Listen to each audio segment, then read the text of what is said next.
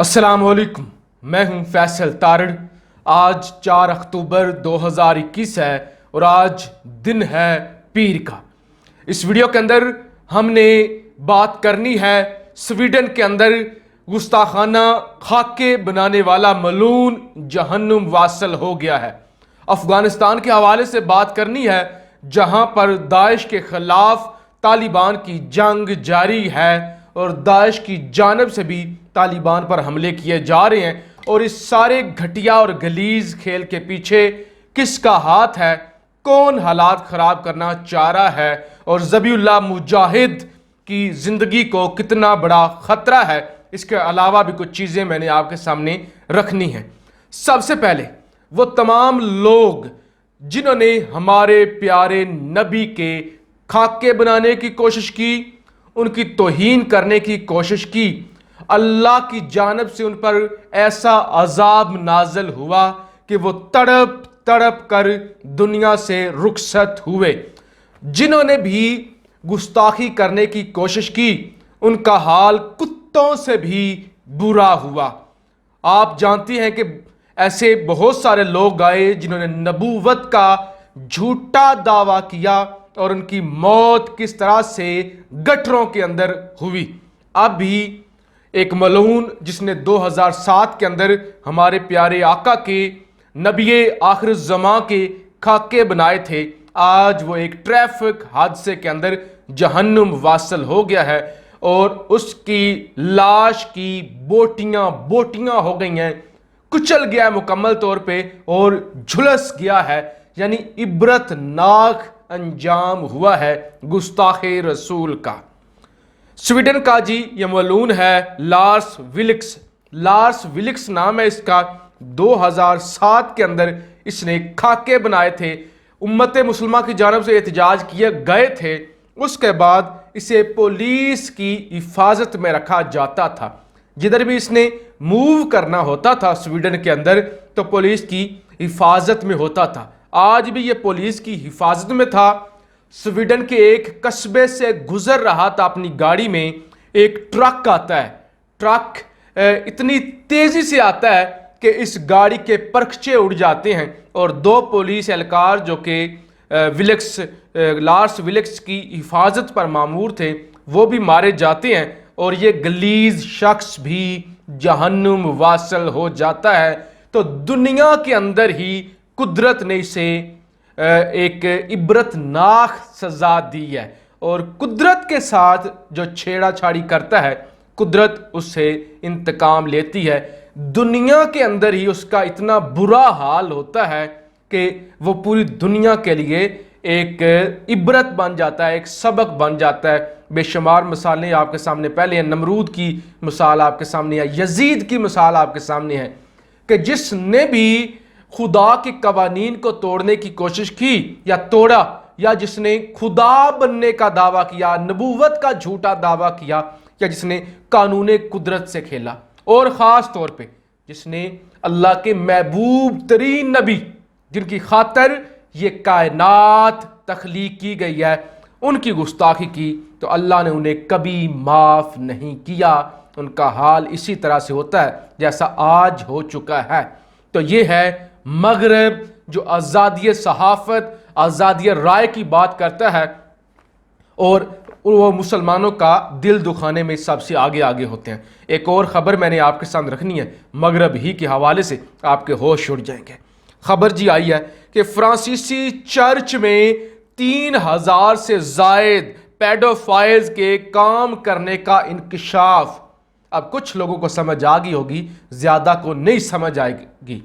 France کے church میں 3000 لوگوں کا انکشاف ہوا ہے مختلف وقفوں میں کہ جو کہ پیڈوفائلز تھے، یعنی کم عمر بچوں سے زیادتیاں کرتے تھے، کم عمر بچوں سے۔ ان کو یہ عادت تھی، اس غلیظ عادت کا وہ شکار تھے، وہ ظالم تھے، ظالم ترین تھے۔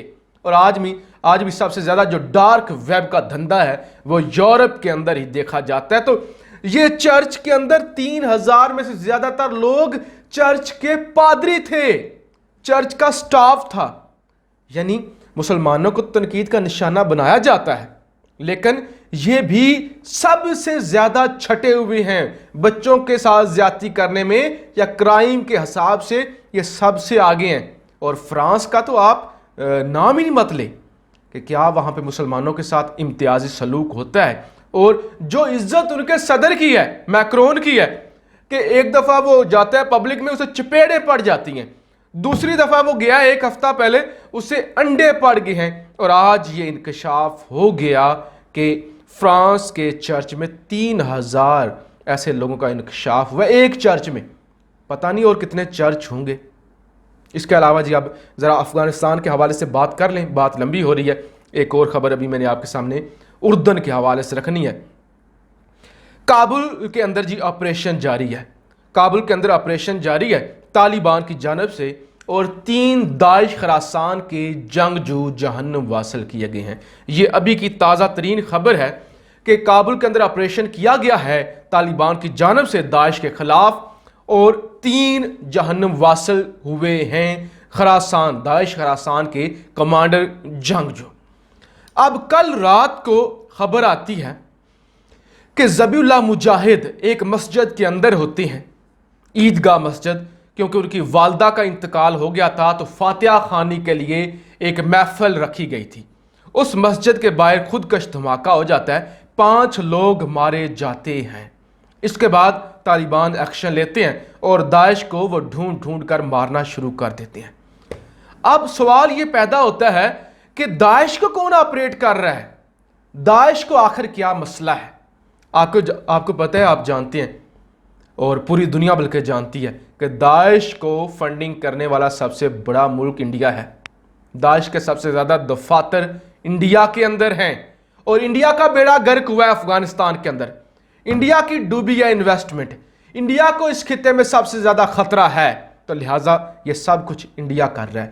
اور ذبیح اللہ مجاہد، وہ کمانڈر، وہ مجاہد جس نے 20 سال تک بھارت، نیٹو، امریکہ کی ناک میں دم کر کے رکھا ہے، اور ان کی آنکھ کے نیچے رہتے ہوئے، ان کے سامنے ہوتے ہوئے طالبان کا نیریٹو، طالبان کی سوچ کو دنیا کے سامنے رکھا ہے، اور جو جھوٹ طالبان کے ساتھ منسوب کر کے طالبان کو بدنام کرنا چاہا امریکیوں نے، نیٹو نے اور بھارتیوں نے، تو ان جھوٹوں کو ہمیشہ طالبان نے، ذبیح اللہ مجاہد نے بے نقاب کیا۔ تو ذبیح اللہ مجاہد اس وقت موسٹ وانٹڈ ہیں بھارت کے لیے، موسٹ وانٹڈ ہیں امریکیوں کے لیے، اسرائیل کے لیے، کہ یہ بندہ سیکھ چکا ہے مکمل طور پہ میڈیا کو، یہ سارے گر سیکھ گیا ہے، یہ طالبان کا تشخص، پازیٹیو امیج دنیا کے سامنے رکھ رہا ہے، اور ہم تو چاہتے ہیں کہ ظالم بنا کے پیش کریں طالبان کو، وحشی بنا کے پیش کریں، لہٰذا اس کو مارا جائے۔ تو کل اسی سلسلے میں حملہ ہوا تھا ذبیح اللہ مجاہد پر، اور اس کا بدلہ طالبان مسلسل لے رہے ہیں۔ ایک اور طالبان کے لیے جو بڑی مشکل ہے وہ آپ کے سامنے رکھ دوں۔ ڈان نیوز، جیو نیوز اور دنیا کے باقی جو بڑے اخبارات ہیں ان کے اندر خبر چھپی ہے، اور خبر جو بیسک جو سورس ہے وہ ہے وال اسٹریٹ جرنل، امریکی اخبار ہے وال اسٹریٹ جرنل۔ وہ یہ دعویٰ کرتا ہے کہ اگر وسطی ایشیائی ممالک نے، یعنی سینٹرل ایشیا کے ممالک نے طالبان کی مدد نہ کی تو بہت جلد افغانستان کے اندر بجلی نہیں ہوگی، موسم سرما، سردیوں کے اندر طالبان اور پورا افغانستان اندھیروں میں ڈوب جائے گا، کیونکہ افغانستان ایک ایسا ملک ہے جس کی انرجی کی ضروریات، بجلی کی ضروریات 80% باہر سے پوری ہوتی ہے، یعنی 80% جو افغانستان کے اندر بجلی یوز ہوتی ہے، استعمال ہوتی ہے، وہ امپورٹ کی جاتی ہے۔ اور اب چونکہ بہت ساری کمپنیاں بھاگ بھی گئی ہیں، تو اس وجہ سے بھی وال اسٹریٹ جرنل کہتا ہے کہ اگر وسطی ایشیائی ممالک نے قرض نہ دیا، امداد نہ کی، تو پورا افغانستان اندھیروں میں ڈوب جائے گا۔ تو اس وقت طالبان کے لیے بے شمار مصیبتیں ہیں، بے شمار آزمائشیں ہیں۔ آخری خبر آپ کے سامنے رکھ دوں کہ شاہ عبداللہ دوئم جو کہ اردن کے صدر ہیں، اردن کے بادشاہ ہیں، ان کا بھی پینڈورا لیکس میں نام آیا ہے، اور ان کے نام پر $10 کروڑ کی، تقریباً 15